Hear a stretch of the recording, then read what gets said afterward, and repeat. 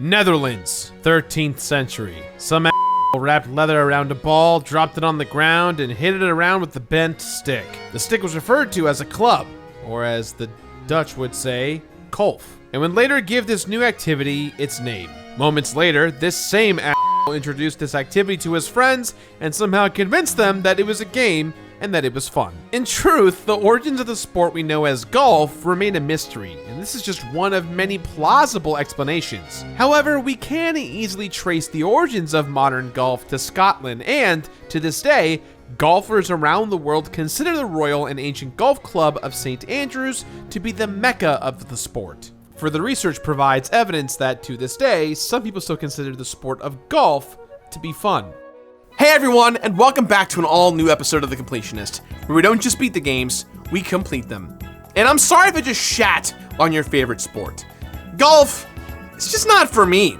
I've tried it a ton, and I am not great at it, and I have no desire to be great at it. But like many things that don't initially interest me, throw it into a solid video game and that can change my entire outlook. Such was the case with Mario Golf Toadstool Tour. Now you may have noticed that I don't venture into the world of sports games often, but when I do, there's a pretty good chance that it has Mario's name on it. And thanks to all of you awesome folk in the Patreon tier, and the mini producer tier specifically, link to join that in the box down below, they all overwhelmingly nominated Mario Golf Toadstool Tour as the way to go. So I was willing to set my bias on the sport of golf aside, as Mario had never led me astray in the past. I had complete trust in Mario. Gerard? I had complete trust in Mario. Gerard. I had complete trust in Mario. I had complete trust in Mario. I had complete trust in Mario to turn things around and give me an awesome golfing experience. Let's begin. Yes! All glory goes to the winner.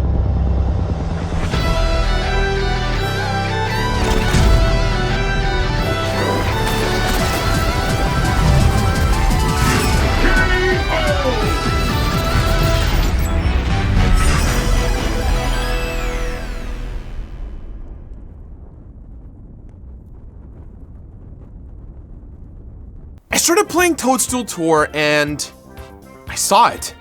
I saw what others saw in this game. This was a game that I was enjoying, and it was golf. How do we get a game that was so polished, so addicting, and yet centered around a sport that appeals mainly to wealthy, out-of-shape retirees? Well, I did some digging, and things started to add up. For one thing, golf games have been around almost as long as home video game consoles and personal computers have existed. Games like Computer Golf and Pro Golf 1 paved the way in the late 70s, and since then we have consistently had at least one new golf game come out every year. Some years we had 6 golf games. 2019 almost became a golfless year, but fortunately, What the Golf debuted in September and saved the day. So when Nintendo partnered with Camelot to bring golf to the Nintendo 64 with a Mario makeover, they already had 20 years of golf games to draw from. Furthermore, Camelot had already proven itself worthy of making a successful golf game with Hot Shots Golf, aka Everybody's Golf for the PlayStation. I remember seeing this game on the shelf at every video game store as a kid and thinking, why? Who would make this? Why? Only to find out recently that a lot of people liked it. It's also no surprise that with the success of Mario Golf 64, Camelot would also be called upon to make the GameCube successor, Mario Golf Toadstool Tour. Camelot obviously had harnessed a power few other devs had ever possessed. They knew what it took to make a golf game more than something to keep your dad occupied between games of actual golf. They knew what it took to make a golf game fun, and fun for everyone. How did they do that? Well, at the crux of all of their games is the power meter. To simulate the challenge of hitting an accurate ball in real life, the power meter requires precise timing from the player. Pressing a button causes the meter to fill, and once the desired power is reached, the player presses the button again. The line then moves back to the point of origin, and the player must stop it as close to this point as possible. The closer the line is to the point of origin, the more accurate the ball will be. This kind of power meter was actually introduced by Nintendo for Mario Open on the Famicom back in '84. and has been borrowed by numerous golf games ever since. Camelot used it for Hot Shots, and there was no reason to fix what wasn't broken for the Mario Golf games. Camelot also knew to throw a shade of humor over their games. While people expect an earnest realism with the Tiger Woods franchise, Camelot had the freedom to make their characters more like cartoons, giving them outlandish personalities and silly animations. That humor and the fact that their games never slacked on visuals were major variables in their formula for making a universally fun golf game. So when Nintendo recognized that Camelot had a sweet golf game recipe, they trusted the dev company with the most quality, most choice of ingredients. Mario. Charming, humorous characters are great, but having the most charming and beloved characters in gaming history will tee you up for almost guaranteed success. And Camelot kept its eye on the ball very closely. Even with the repetitive gameplay that is inherent in golf, they knew they could mitigate that with more antics, more personality, and of course, more Mario.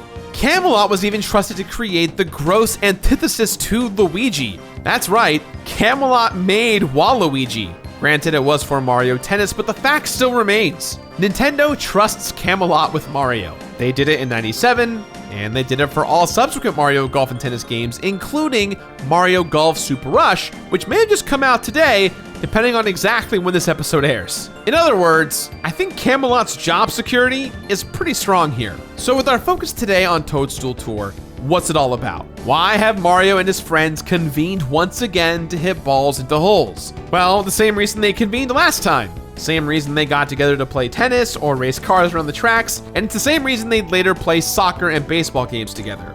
Because why the hell not? There's no story here aside from an amusing intro that mainly follows Wario and Waluigi. Their heroic counterparts are having a great golf game, which really seems to piss them off. Long story short, they in turn piss off Bowser. The three of them get blown up with a bomb, and then you're ready to play some golf. To be familiar with the gameplay of the N64 version is to be familiar with Toadstool Tour. Basically, all elements from the former have been carried over, and a few have been added. Toadstool Tour is a game of physics where numerous factors can affect your golf game, i.e. the weather, the type of club you use, the point of contact you hit the ball at, the amount of incline you're standing on, and the type of terrain the ball is currently on. But what I feel was Toadstool Tour's main draw for people was that it was simply another chance to play with Mario and his friends.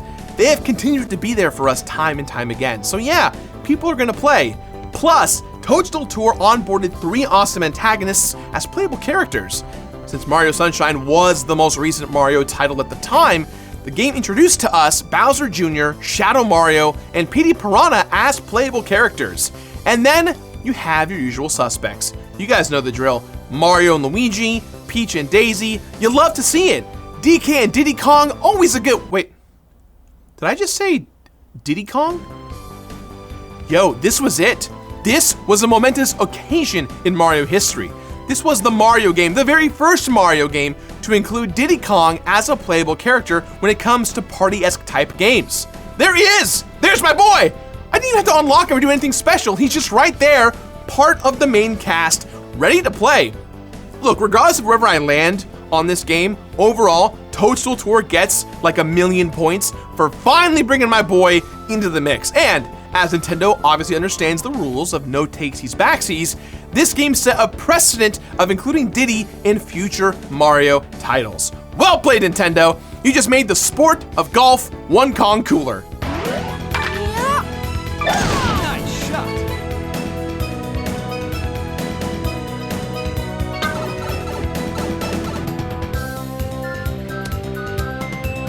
As I mentioned, a huge draw to this game is that it has Mario in the game. What I didn't mention before was how Toadstool Tour becomes more of a Mario game the more you play and the more you progress. Take all the characters for instance. There are 12 base characters and 4 I had to unlock. There's also the 2 that had to be transferred from this game's GBA counterpart, Mario Golf Advanced Tour. But more on that in a little bit. These were all the characters I've grown to love from previous games, and all of them being here is like one big family reunion. I wasn't just hanging out with them, I was getting to know them. Never before had I seen so much personality in these characters. Each one has a series of animations for multiple events. Whether you get par, or birdie, or a double bogey, or whatever, your character will do something unique to show exactly how they feel about it. Camelot had done this in the past with the original characters, but again, we're dealing with our favorite Mario characters now. Winning a tournament will cause them to go all out in a victory celebration, and even the select screen provides plenty of opportunity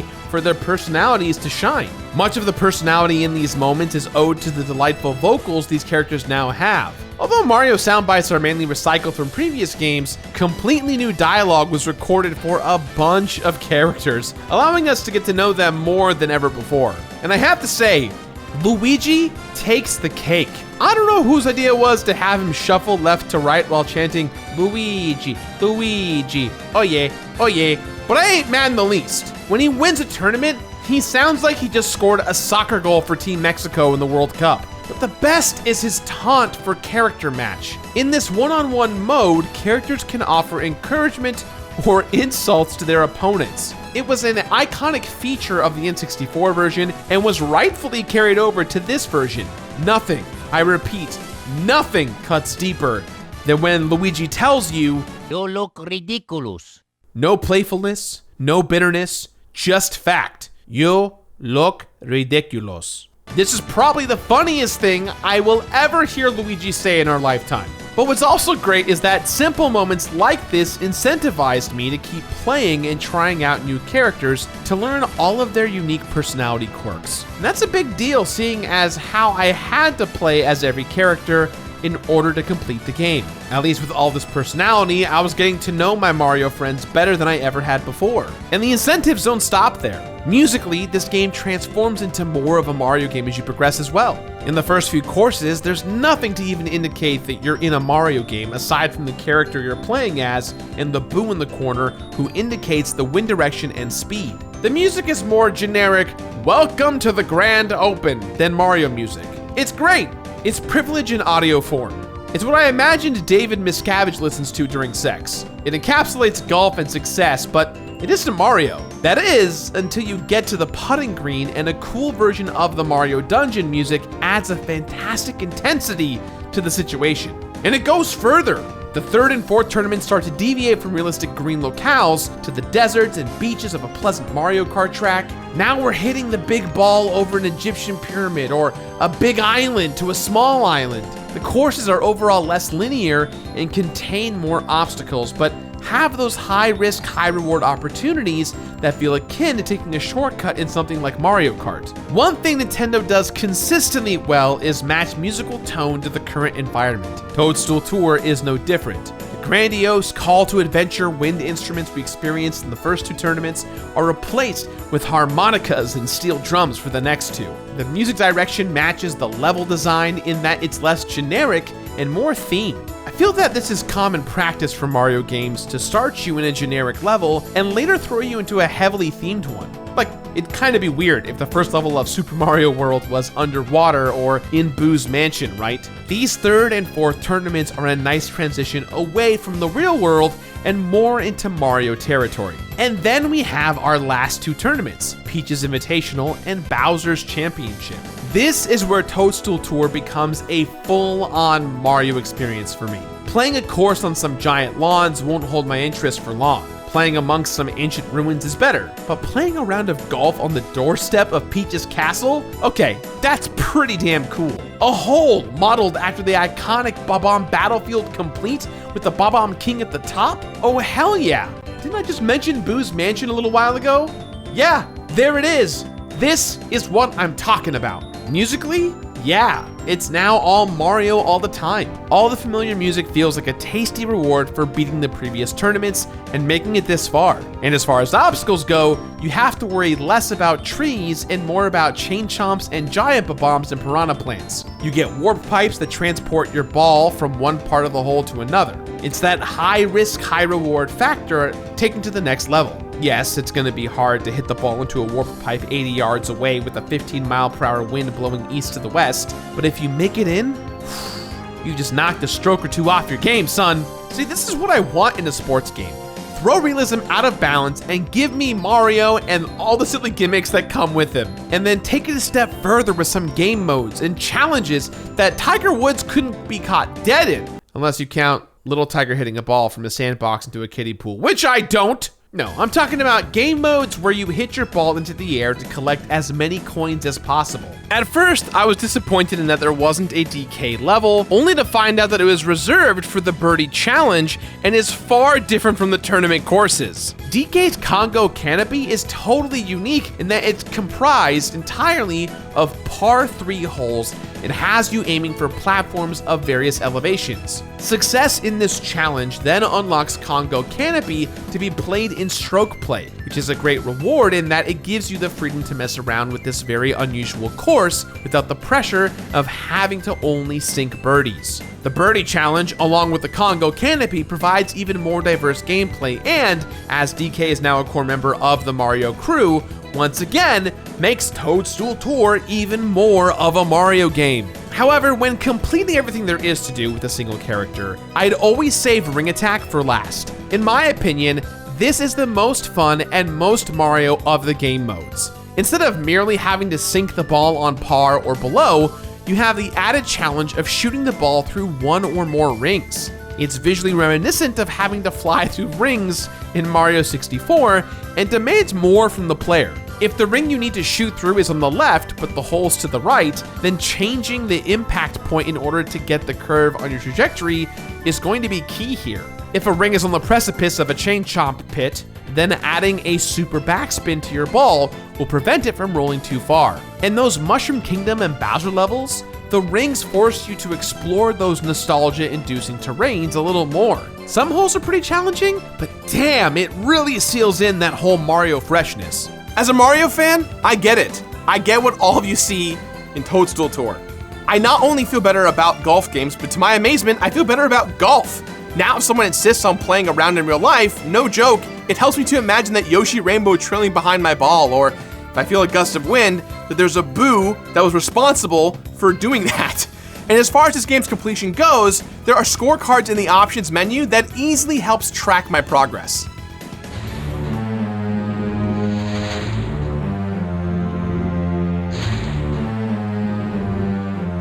All right, everyone, listen up here. You know me, I've completed a lot of games, I've completed a lot of Mario games, and whether or not I've completed a Mario sports game, I've done one or two on the show. I have at least played most of them and have a good feel for what completion criteria would look like. So when Toadstool Tour came across my desk, I thought, sure, little Mario golf game. I've got some time set aside for it. Take me a couple of days, a week or two at most. After all, that's been my experience with every other Mario game I've played. And it's golf, the sport that no one cares about. Turn on that GameCube and let's knock this one out. The amount of work required to fill out every box of the scorecard in this goddamn game is a betrayal by a dear, dear friend. It is the Iago to my Othello. It is the Theon Greyjoy to my Robb Stark. Learning what I had to do was like walking into quicksand. I did not fade quietly into that eternal night. No, oh no. I grabbed a goddamn vine. Whew, all right, where do I begin? You know, let's start with the easy stuff. Unlocking everything in the game. Yeah, you heard me, that's the easy part. Getting first place in the tournament unlocks the next one. Beating that unlocks the next one, and beating the 6th and final tournament gets you to the credits. Standard procedure. That unlocks the 6-star tournaments, which are the exact same as the regular ones, but harder. You're able to save and restart any hole, so it is still very doable to complete these harder tournaments. Obtaining the 4 unlockable characters happened naturally for me, as they were mostly rewards for stuff I had to do anyway. Score a bunch of birdies to unlock Boo. Fine. Beat the 18-hole birdie challenges to unlock Bowser Jr. A little challenging, but I have to do it regardless, so fine. Complete all 3 difficulties of shot, approach, and putting practice to get PD. Done. And complete all single-player ring attack levels for Shadow Mario. A worthy challenge, but an enjoyable one. Then, every character has a souped-up star version that is unlocked by defeating them in head-to-head matches. These star versions have better stats than their normal counterparts, allowing them to hit further and with more accuracy. Okay, so that's it. Done. No problem. This is all still pretty reasonable criteria so far. Other than that, beating some game modes will unlock harder versions of the same game mode. Let's go back to that birdie challenge I mentioned earlier. You play the front 9, which unlocks the back 9, which in turn unlocks the full 18-hole course. Once again, challenging but doable. Then there's this one-on-one putt bullshit mode that they threw in there. This works exactly the same as the birdie challenge in terms of unlocking the back 9 and then all holes, and is basically the same challenge except that it adds a very itty-bitty tiny bit of fuck you. Unlike the birdie challenge, the one-on-one putt challenge requires your first hit to be on the green. Although this would be your goal in any occasion, sometimes mistakes happen and the game punishes you by starting the challenge all the way back from the beginning. If your ball has too much stank on it and barely rolls into the putting fringe, fuck you, start over. If you misjudge how much the wind will affect your shot, fuck you, start over. If you hit a really accurate shot that happens to hit the pole and bounce off the green, fuck you and start over. And if you're wondering how many times I made it to the 18th hole only to whoop it on the final putt, it was, I don't know, a lot? Hey, remember when I said that the ring attack mode was the most fun? Well, it also had its fair share of nonsense. Completing it with all 18 characters and then doing the multiplayer variations meant I had to beat 720 of these challenges. There were some levels, particularly That's a Volcano, that really just felt like a guessing game. Do I put the impact here? No. Do I use the forward? No. Do I purposefully botch the timing on the accuracy meter to get around this massive cliff? Maybe. Can I hit enough balls at this stone Bowser head that it will eventually fall off and give me an open shot? I wish.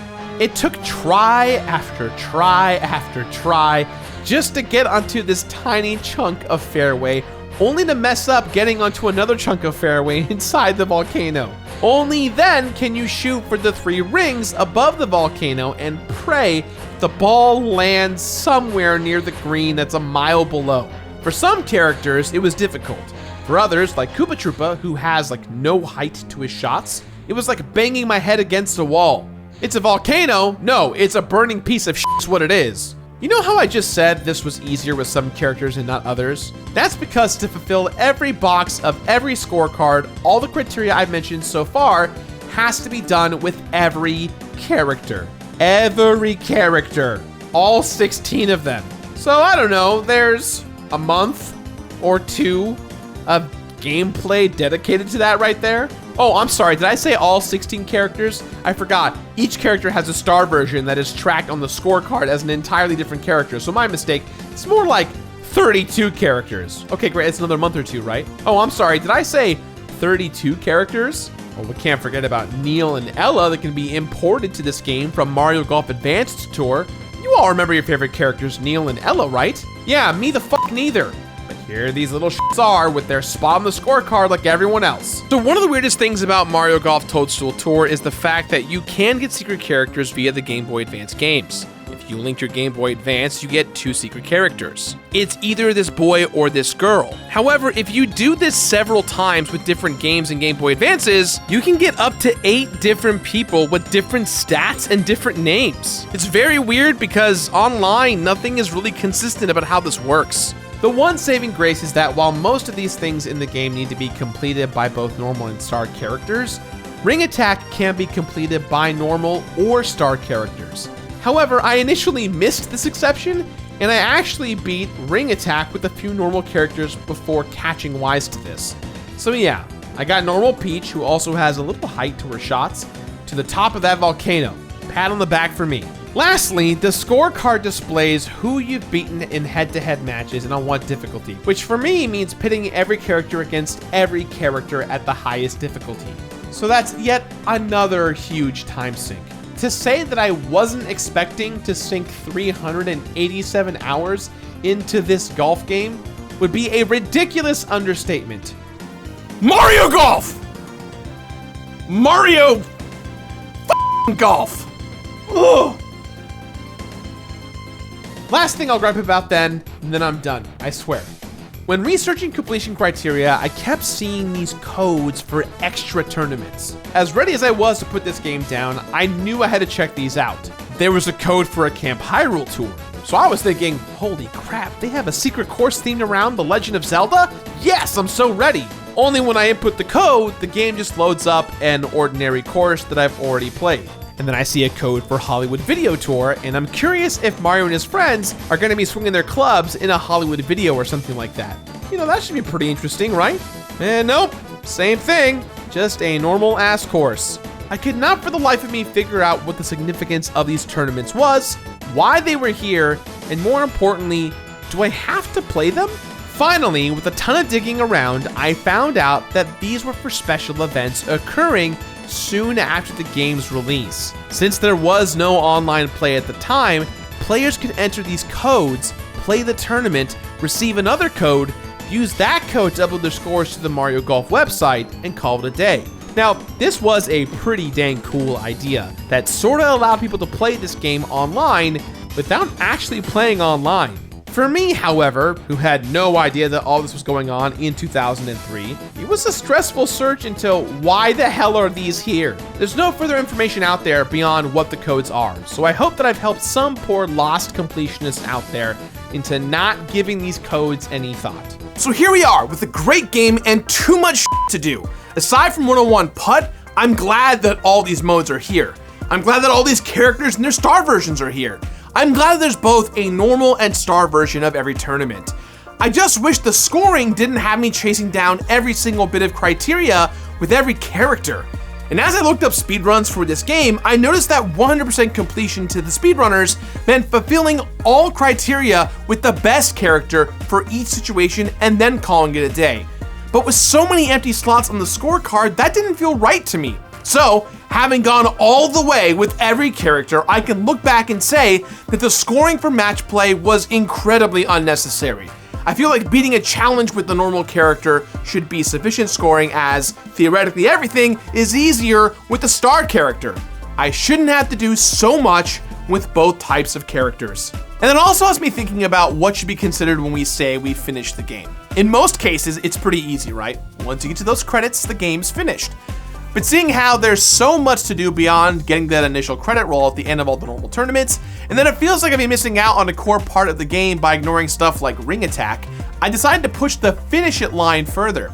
I feel like a true finish it for Toadstool Tour would require beating all normal and star tournaments, all one-player ring attack levels, all practice shots, and both the birdie challenge and one-on-one putt challenge, all with at least one character. At least one character. The thing is, even that is a lot of criteria to fulfill.